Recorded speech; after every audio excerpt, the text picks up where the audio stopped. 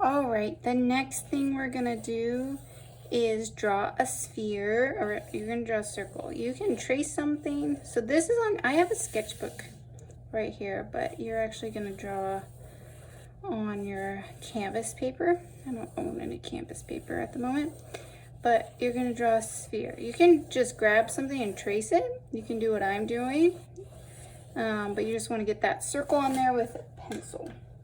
Okay, so I have my leftover paint over here. Add some more water to it. Keep it from drying out. Okay, and my job is I want to get the values correct on here. So, here is the sphere, and in this sphere we have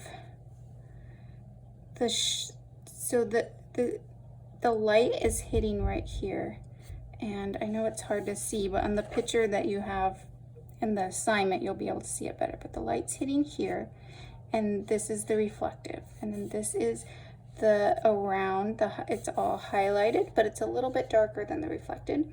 Then we have the shadow cast right here, the cast shadow, the reflected light, which is the light's hitting the ground and then reflecting back up to the highlight right there, and then this is the core shadow right there. So we're trying to capture all of that, and I'm going to talk about how we are capturing that as I'm painting. So I want you can paint along with me, but I also want you to have this image up and reference, because the image online on your, like your computer, your iPad, your phone, whatever, you want to be able to look back at it, because this image is just a copy of it and it's not as good. All right, so I am painting with acrylic, and I'm going to start really light. So I'm adding lots of water to this, and so I'm going to first put a shadow down so everything can be fixed. So you don't need, your canvas paper will take the water a little bit better than this will. So everything can be fixed, so you don't need to make anything perfect, just getting it down. I'm going to do the same thing to the shadow over here. I'm going to place it in there.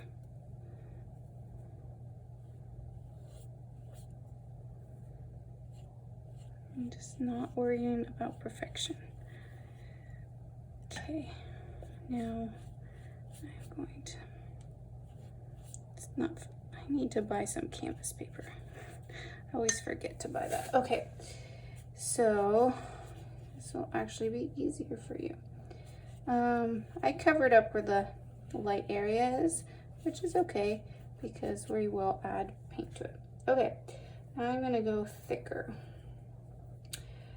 So that was my first layer, it's a wash. Now I'm gonna paint over that.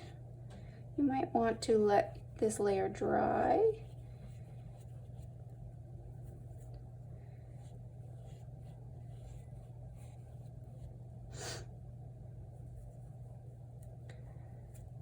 Put the reflected light in there.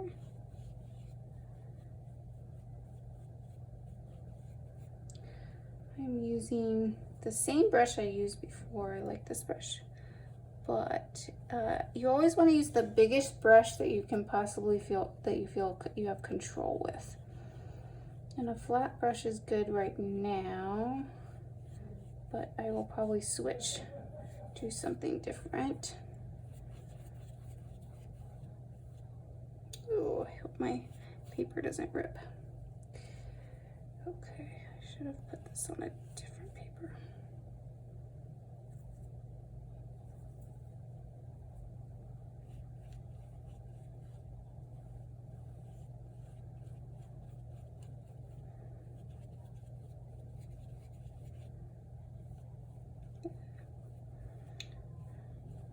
Now you know why not to use your sketchbook paper, because it crumples. Okay.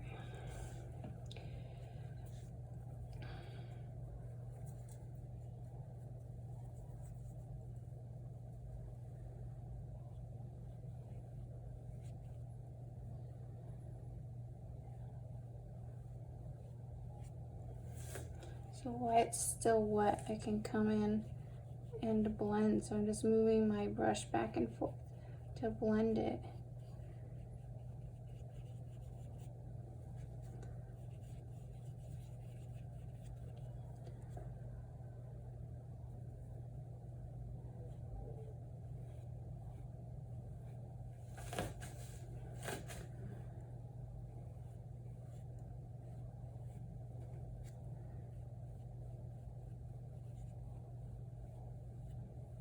Once it dries, you can't really do this.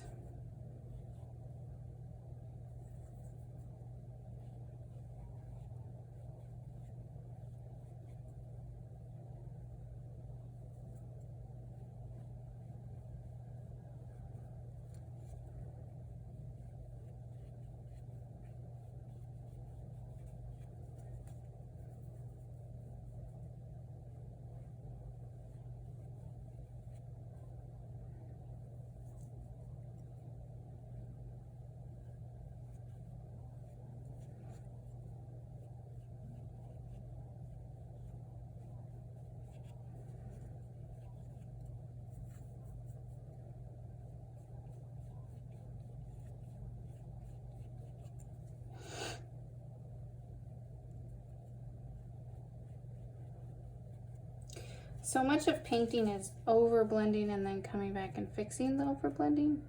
So you like put the paint on, then you blend it, then you fix it, then you blend it, then you fix it.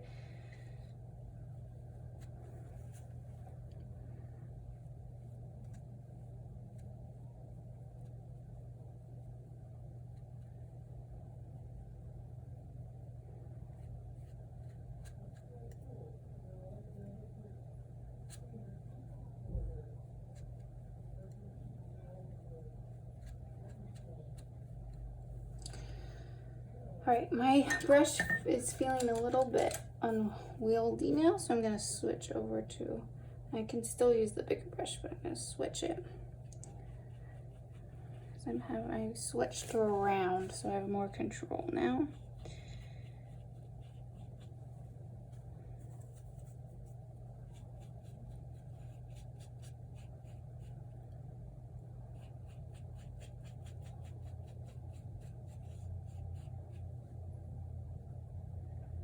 It's okay to have brush strokes. One of the things that I think students are really afraid of is having brush strokes.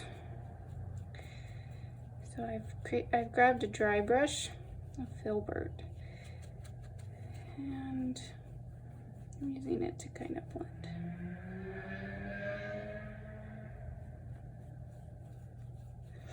But yes, brush strokes are not, we are not trying to create photocopies or photographs.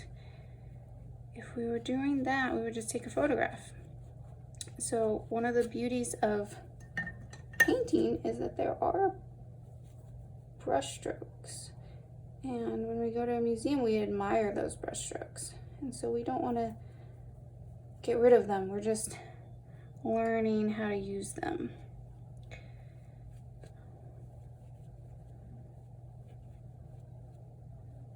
And one thing you want to do is curve those brush strokes. So instead of having like straight across lines, you're curving them.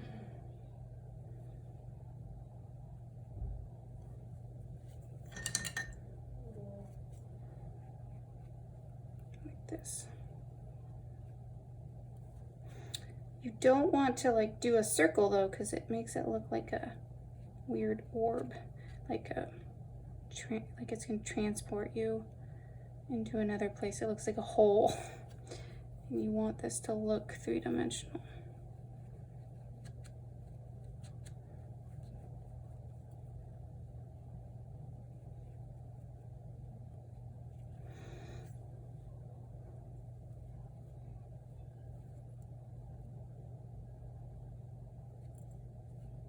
So you can see, like, I started with really thin paint, and my painting is getting thicker and thicker.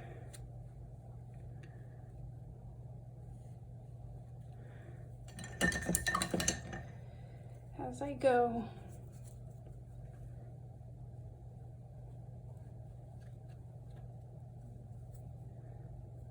And you can see like so much of painting is messing up, right? So it's part of the process. Like, right, that line, if I was new to painting, I might be like, oh my gosh, what, that line, that looked so much better before the line. It's okay, it's okay. I know it's there, it's supposed to be there. I'm going to blend it out.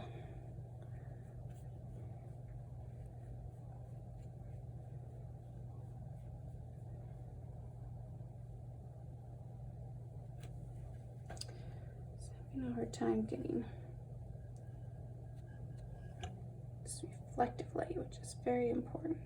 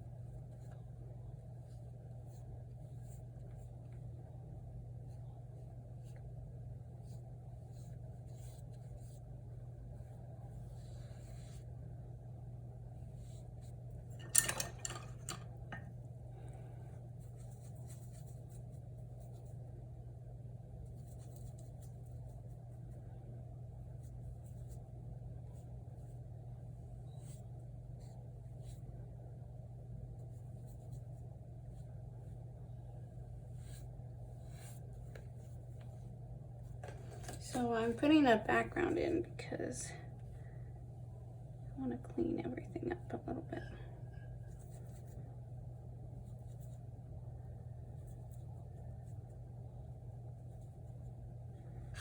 So I picked a color that is kind of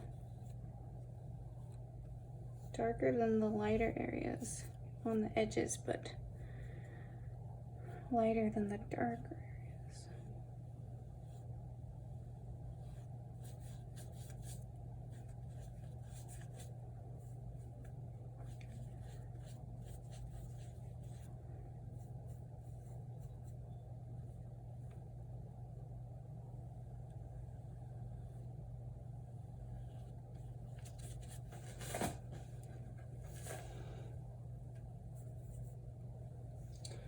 Squirt out more white.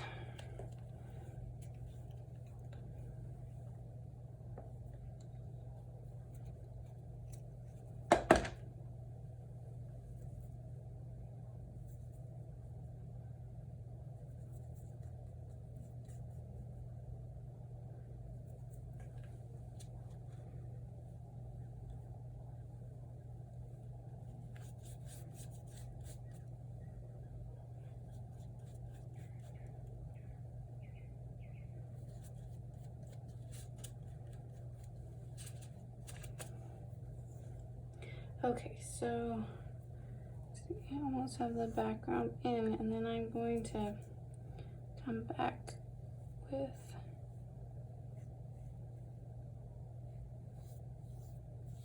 the edge, because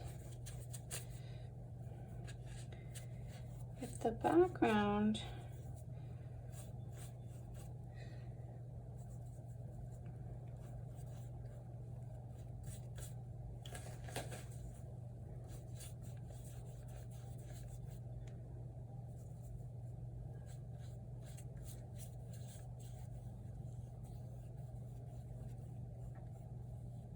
okay, so now I'm going to come back in to make sure the edges of the sphere,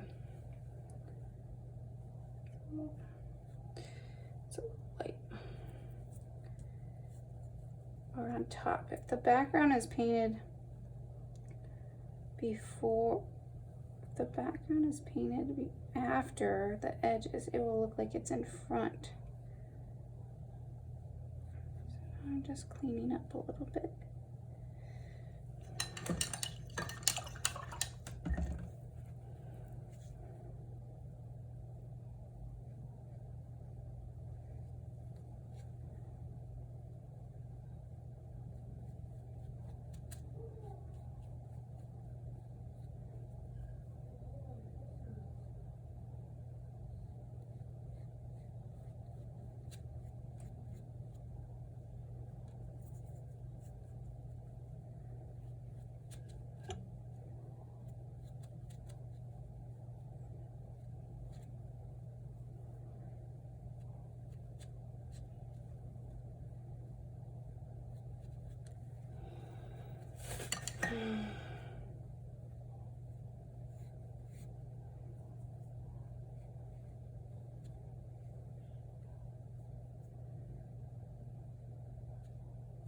See, again, I'm messing it up, but I know I'm messing it up.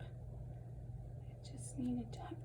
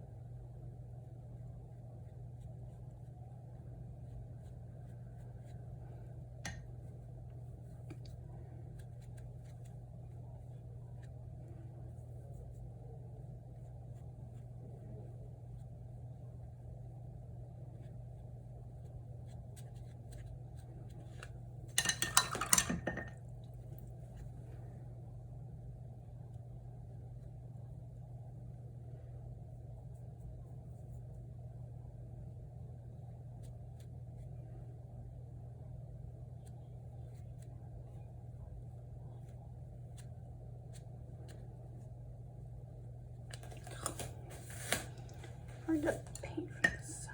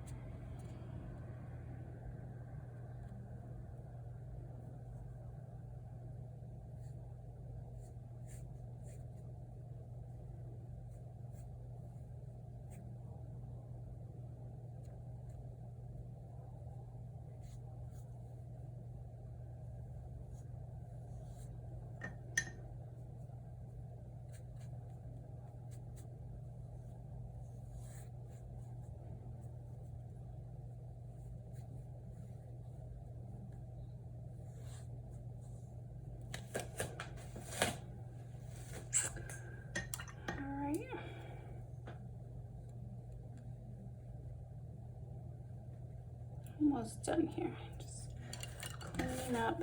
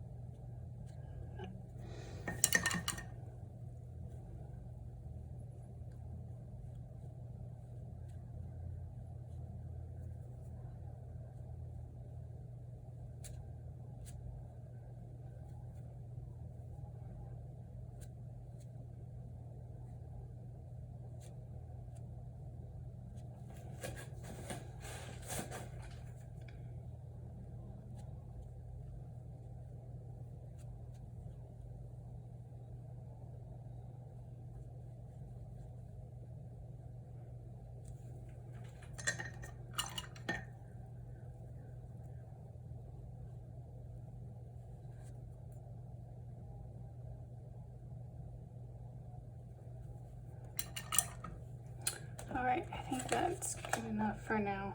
I feel like it's painting at a weird angle, but I'll take a picture of it so you can see it up close. All right, thanks guys.